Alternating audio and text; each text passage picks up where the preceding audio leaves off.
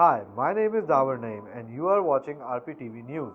Today we are in conversation with Isa Ali, coordinator of the Youth Empowering Youth, which is the part of Safety Committee of the Social Development Plan in Regent Park. Let's hear what Isa has to say. Hi, welcome to RPTV. Thank you for joining us today. Thanks, Dewar. I'm happy to be here. Thank you for having me. Yeah. Can you please start by introducing yourself and how you got involved with the Youth Empowering Youth? Yeah, definitely. So my name is Isa Ali. I am currently the program coordinator for the Youth Empowering Youth Project. And how I got involved, it was a long journey. So about 2 years ago, I did my internship for Toronto Community Housing Corporation. And through that, this is where this project began with a couple of community leaders and agencies. And what they did was they wrote a grant. And this is how the Youth Empower Youth project started. And I started off working on that part time. And through the year, we accomplished a lot. We created a survey for youth in Regent Park. We created a steering committee. We made a lot of partnerships with agencies as well. And we got more funding the following year. And now I am the official program coordinator for the project. Oh, that's interesting to know. Uh, can you tell us what is Youth Empowering Youth and how are they involved in the Regent Park Social Development Plan? Yeah, Youth Empowering Youth. Basically, the main goal, just to make it very simple and clear, is to reduce barriers for youth in the community when they are trying to access programming. And also, we are trying to identify supports. The main goal of the project at this point is to create a community youth map that's going to be interactive for youth. And we are also running focus groups. And from these focus groups, we're going to create a final report, which will be presented to agencies in Regent Park to uh, to provide recommendations to programming from youth. Uh-huh, I see. Why was this Youth Empowering Youth established? When? When was it established? We started in 2019, December 20. 2019. Okay. Yeah. And what is the mission of this group? Yeah, our mission is to reduce barriers to programming for youth in the community, as well as bring out a youth voice and to identify supports that youth need. And this project is completely youth led. Oh, it's completely youth led. That's Yeah, very good to know. yeah. And we have four youth workers in the project as well, four youth researchers. And we have on the steering committee, we have some youth from the community as well. Okay. I understand that Youth Empowering Youth did a community survey on youth. What was the reason for carrying out this survey? Yeah, so the main goal of that survey was to see what youth really wanted in the community because we wanted to really hear from the youth themselves and give them an opportunity to express themselves, see how we can find out what type of programming would attract them and what they need from programming as well. Okay. When was it carried out? The survey was carried out December last year, December last year. 2020. Yeah. Okay, okay. Can you tell us who funded the survey and the partners involved? Yeah, for the survey, we had United Way, Daniels Corporation, and Toronto Community Housing. They were all involved with the funding. Okay, okay. What was the process? How did you reach youth during COVID?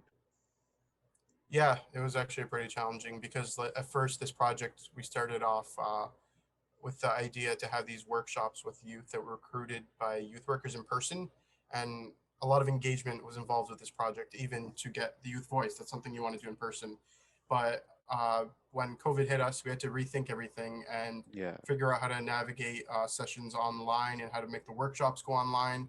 And it's sometimes really challenging to get people involved, but that's why the youth workers were a huge, huge help in this project. We had four youth workers, and they were able to come up with ways that really made the youth interactive and engaged as well.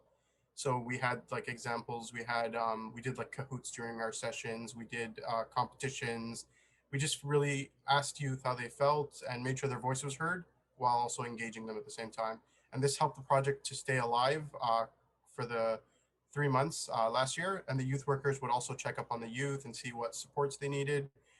And we just try to make sure that everybody was checking in as a team and coming to all the sessions and just improving them also as we went along, because this is a new experience for everybody. I think COVID and just learning all these, it was a learning experience for everyone, Yeah, yeah, I realistically. Yeah, understand. It's been the yeah, same for everyone. definitely. So everything, the activities were carried out online, right?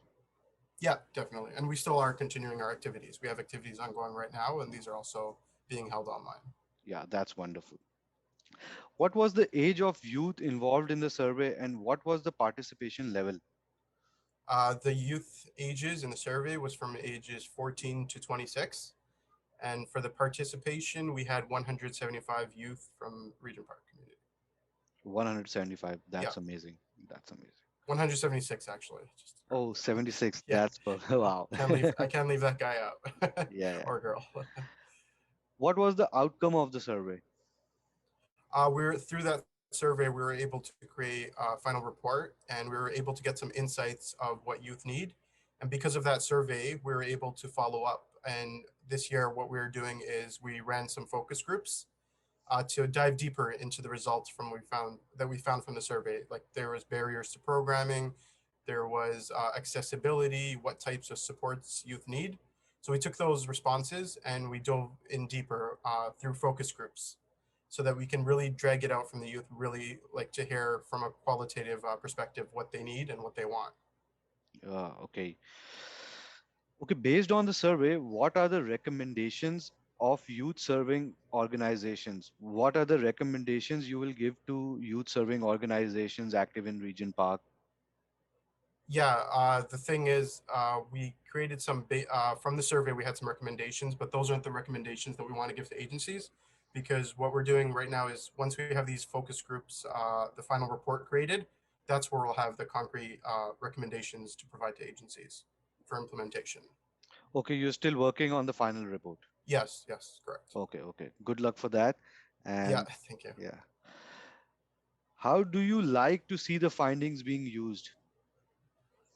Personally, the way how I envision, and I'm sure everyone else on the team envisions the final report being used, is to really create those spaces for youth in the community that are safe for youth and designed by youth as well. And I think that would really start to engage some youth who were previously disengaged from programming in the community. Yeah, that's wonderful. Yeah. Are there any other activities which you will do? Like Yeah, you, currently we're also working on a youth community map, and this is an engaging map for youth to show the resources in the community of Regent Park for youth. And also it's going to be highlighting the grassroots organizations in Regent Park. And okay. we're doing this in partnership with 211, the City of Toronto. They provided us with some data as well.